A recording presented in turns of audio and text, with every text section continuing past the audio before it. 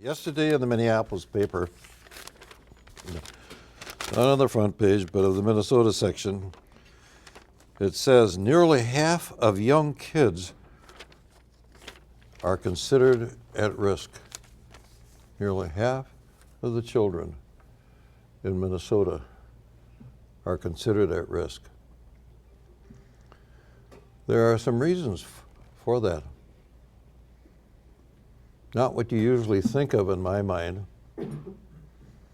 but the reason is that we don't spend enough time thinking about parenting.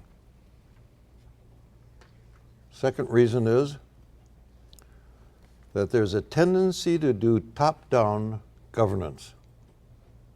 And I don't care what organization it is, not just government, but it's corporations, nonprofit organizations, and in the old families where there was a father and a mother, many times it was the father who was a top-down driver of it, not realizing that it was really his wife that was getting things done, because that comes into the parenting part.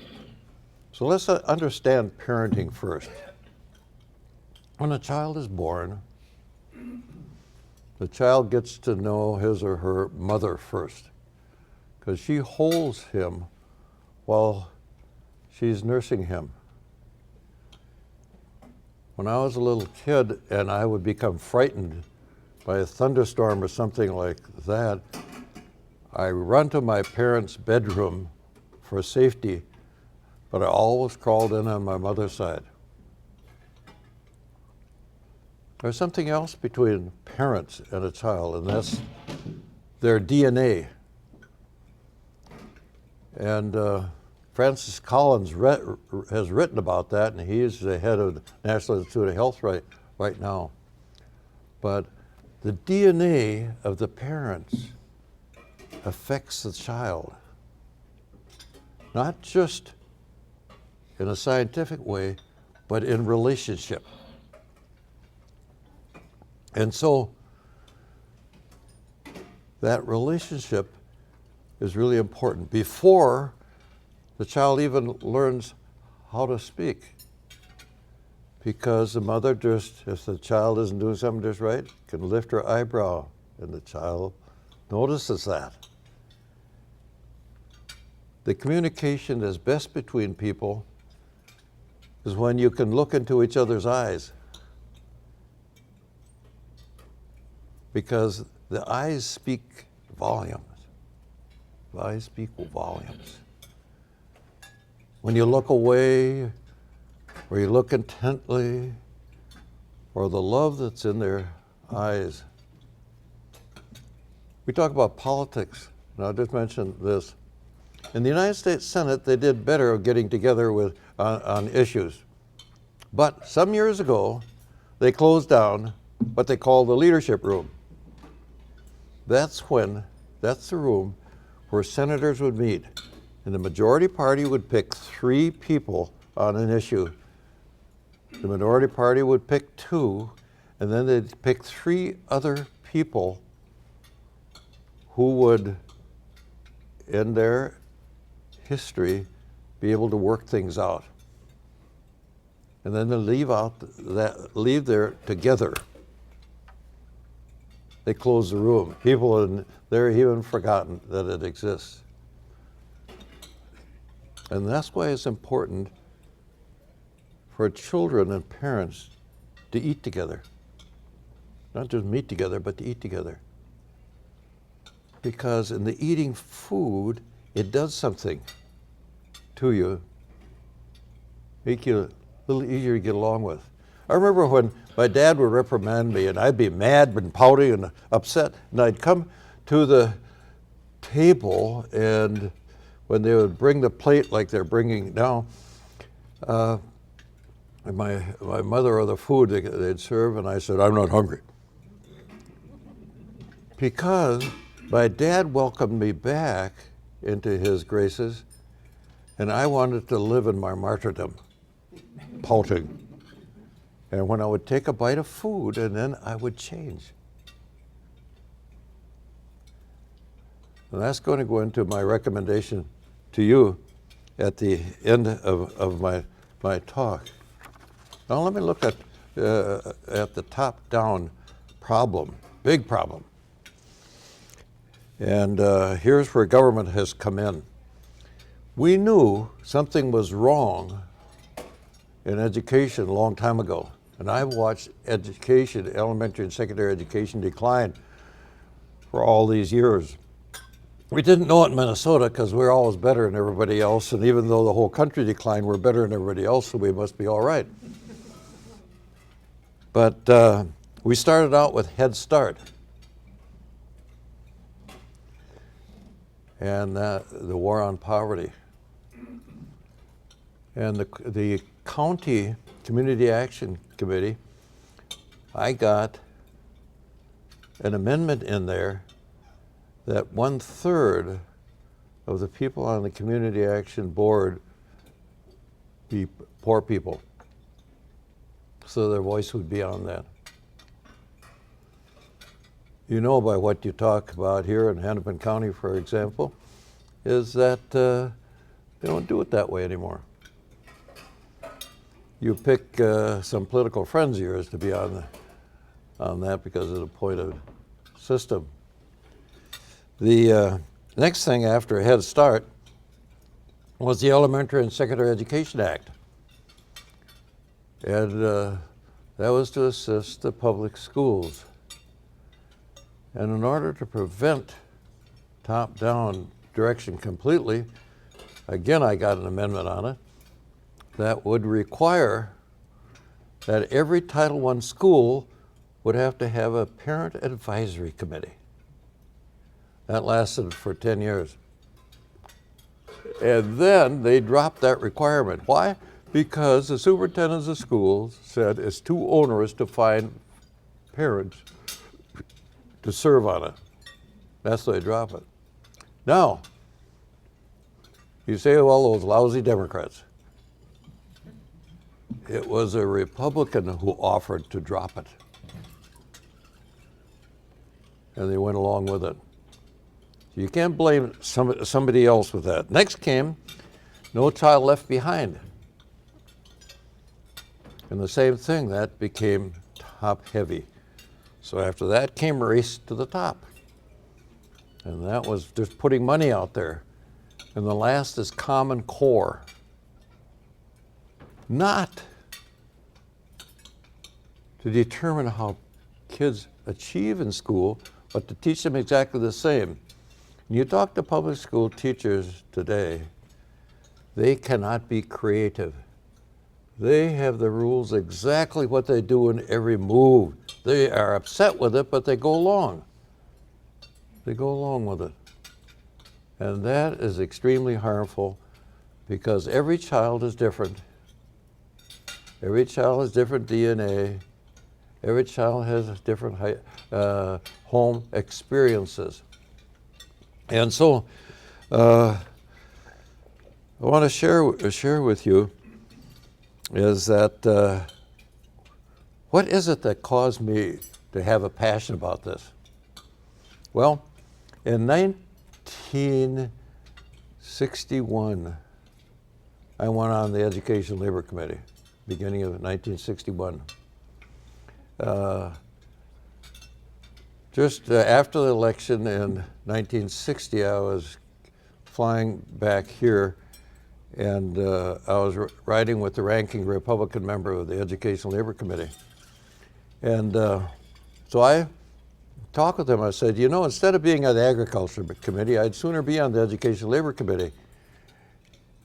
And he said, well, no Republican wants to do that. That's tantamount to defeat, because the teachers union and the other unions will just make sure you get defeated on that committee, and we couldn't get any education or labor legislation through. We're just stuck that way. And so I said, I'd like to get on the committee. He said, well, I'll put you on. I said, are you sure you're going to be able to do that? No problem. There's a vacancy. We couldn't find anybody to serve on it. That was my beginning on that committee. And when I got on, here's what I found out they did. The Democrats met in their room and we met in our room. They were planning their strategy, and we were planning how to thwart it. And then we'd come together, and when we thwart it, and then they would adjourn the meeting, and they go back to their room, and we go back to our room. And so what I did was to live through this for a period of time. And then one day, a friend of mine, John Bradamus of Indiana, a Democrat, he and I would go on television and debate each other and just argue about the legislation on there, on both education and labor, but especially education. One day he called me up and he said, "Al, come on over here. Hans Kung from Belgium, a renegade bishop, is coming to my office and we'll talk." John Bradamus was a former Rhodes Scholar and so forth. So I went there. And in that meeting, a spiritual connection happened between John Bradamus and myself, and we started working together on what's the best for education.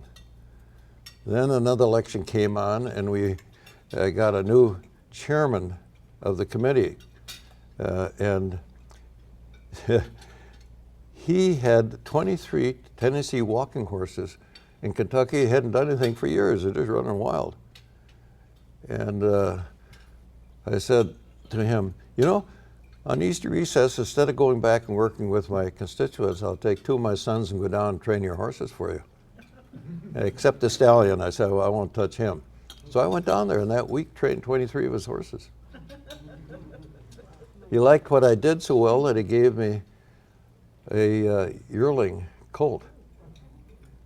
And then I went to his office, and in his office, sitting there looking at him, behind him were posters against the Quie Amendment, staring me in the face.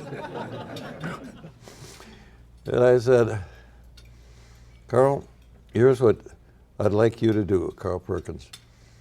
I'd like you in our room to put in a table that we could all sit and look at each other in the eyes.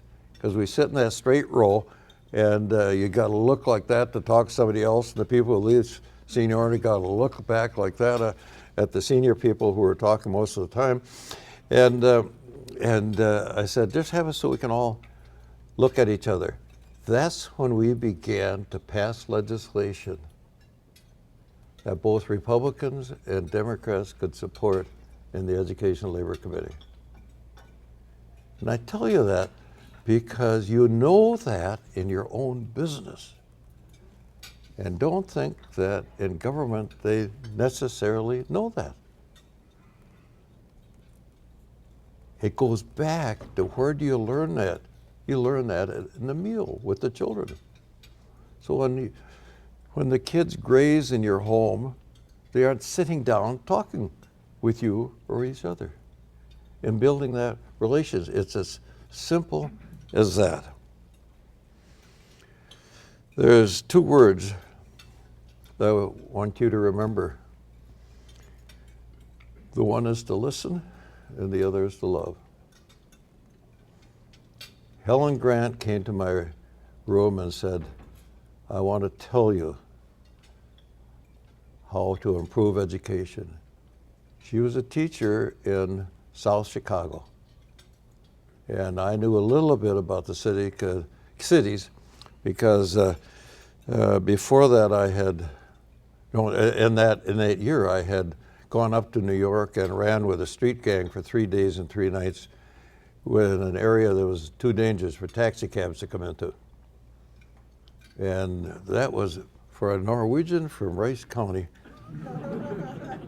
that was an eye-opening experience, but I got to respect them so much because they trusted me and I trusted them, and they cared for me. They made sure I wouldn't get hurt. The last night I stood on the corner for 2.5 hours and they were gone. Down the sidewalk was a short fellow carrying a umbrella stem, And I knew from before he wasn't using that for a cane because it was sharp as a razor on the end of it. And so at the end of 2 hours, they came back, and the leader said, the reason why we didn't want you to come is because we went on a rumble with another gang, and 2 of our members were killed. We didn't want to hurt you. And then they walked back with me to the car, my car, which had been parked there for those 3 days, and the 2 nights before that, no, 3 nights before that, and that short guy had disappeared. And when we came there to the cars, there he was standing like this, holding that umbrella stem and smiling. The first I ever saw him smile. He had done his job of protecting me and protecting that car. Undoubtedly had friends watching it, and there he was smiling. He had done it. Now, you say, can a person be too bad to be reached? Never. Never can they be too bad to be reached. I found out that in prison ministry. And so here's what I suggest that you do, is to, let me tell you one other one, because minorities are talked about so much in this poor job of education. I went to my INR, and there was a quadrangle, rectangular place where people sit, and the white people were sitting over here, and a black couple were sitting over on the far corner. And the woman was sitting there with her head down, and the man was sitting there looking out the window back there. So he looked a little familiar, so I went up to him and said, you look familiar. Have we ever met? And he turned back to me and looked at me and said, nope, and turned back again. And I said, well, the reason why I came over, I used to be the governor of Minnesota, and I just like to meet people. And the woman raised her head and said, did you say you used to be the governor? And I said, yes, I used to be a Republican governor of Minnesota. Oh, she said, and put her head down, just like that. And I said, now, I want to tell you how radical I am. I believe that every elementary school teacher ought to visit the home of the parent or parents of every child. Not just visit the home, but stay overnight. Have dinner with them and breakfast with them. That's what I think you ought to do. He looked back at me, and she looked up, and she said, like this, I wish you were governor. Now, from this, you get a sense of that.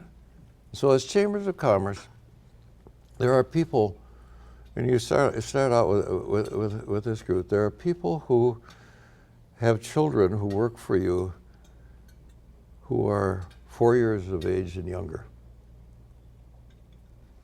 And I watch them in the big companies like General Mills or something like that, and so many people bring them to work, their kids to work, and they have carriages that hold about 8 kids, and they roll them around so they can look at things like that. So, and here's what I suggest to you. If you are at a place where you have 8, and if you have more, you have two groups, and so that they can be together, recognizing that it is social and emotional development they have. So let the person who works in your operation take the noon hour off and have lunch with their child. I've talked to parents who are able to do that.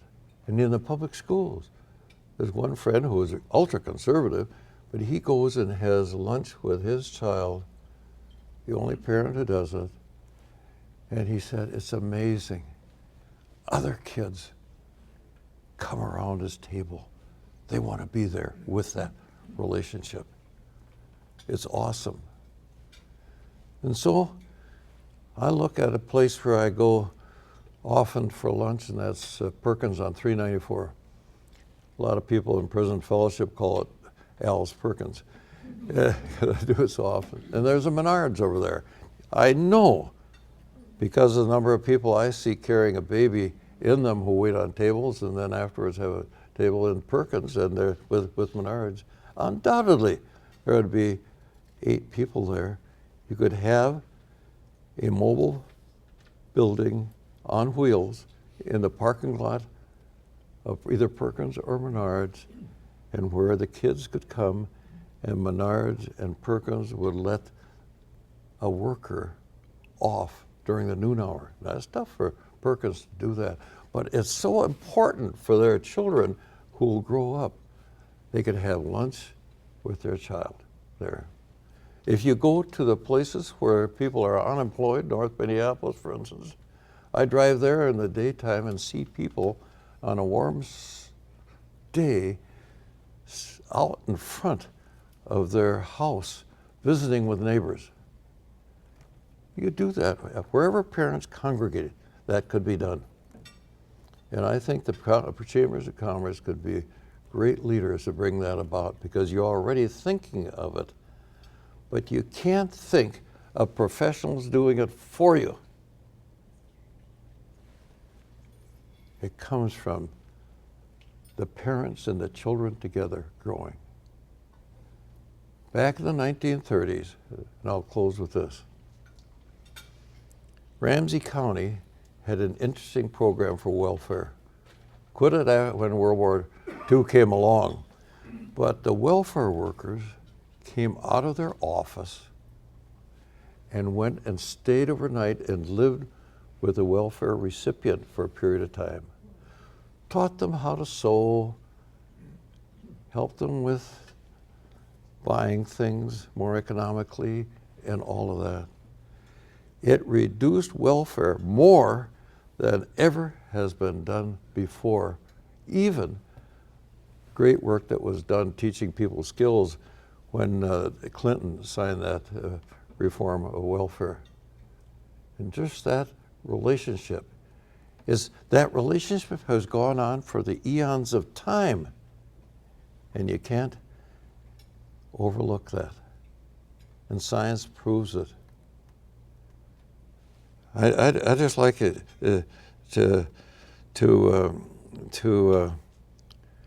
I just think back.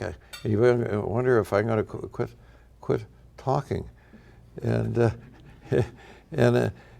at things that I've seen. I visited a school in New York, public school 191. They were the lowest achieving elementary school, second lowest achieving elementary school in the city of New York. And they hired an African-American principal. And he wanted to get the teachers to go visit the homes, but the union wouldn't let him do it. So he got around that. He met with people, about 5 at a time, a parent, in what we would call caribou coffee or something like that now, and just met with them that way. In 10 years, they went from the second lowest achieving school in New York City to the third highest achieving elementary school in the state of New York.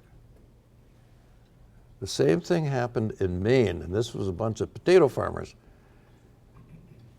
And I talked to the guy who became superintendent of the schools there. He did the same thing. Some of the teachers quit because they didn't want to do it, because they're afraid and all those sort of things.